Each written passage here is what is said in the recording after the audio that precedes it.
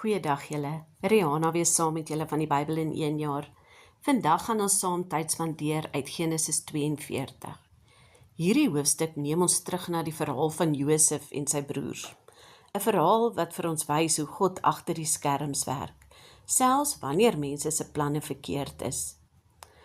Julle onthou dat Josef jare tevore deur sy eie broers verkoop is as 'n slaaf.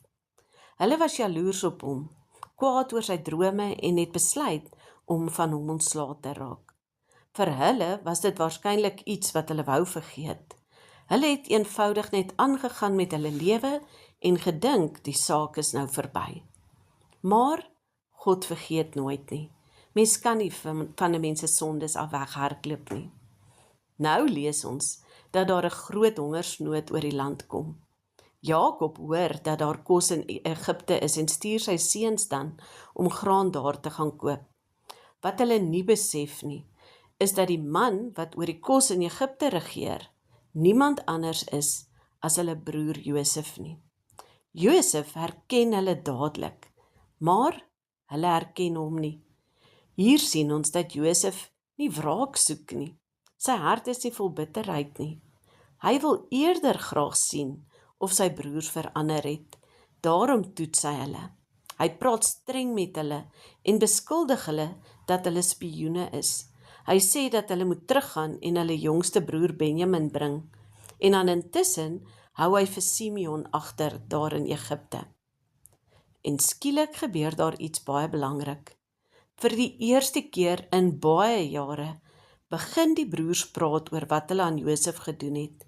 Hulle sê vir mekaar, ons is skuldig oor ons broer. Ons het gesien hoe hy smeek toe hy in nood was, maar ons het nie geluister nie. Hulle besef natuurlik nie dat Josef verstaan wat hulle sê nie, maar hy verstaan alles. Dan lees ons dat Josef wegdraai en begin huil.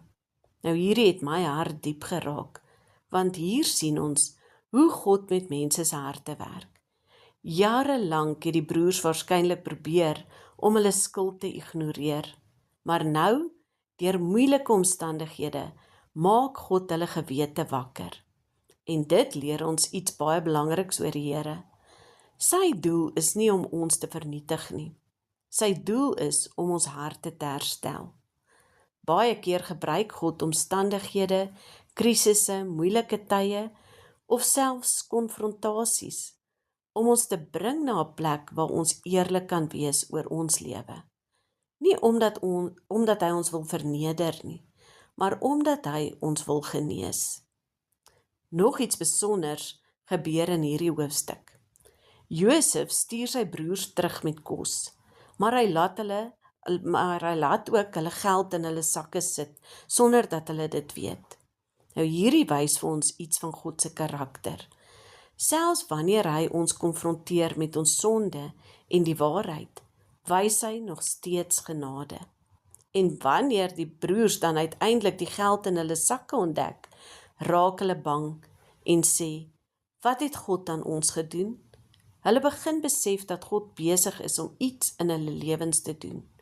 En dit bring ons by die toepassing vir ons eie lewe vandag.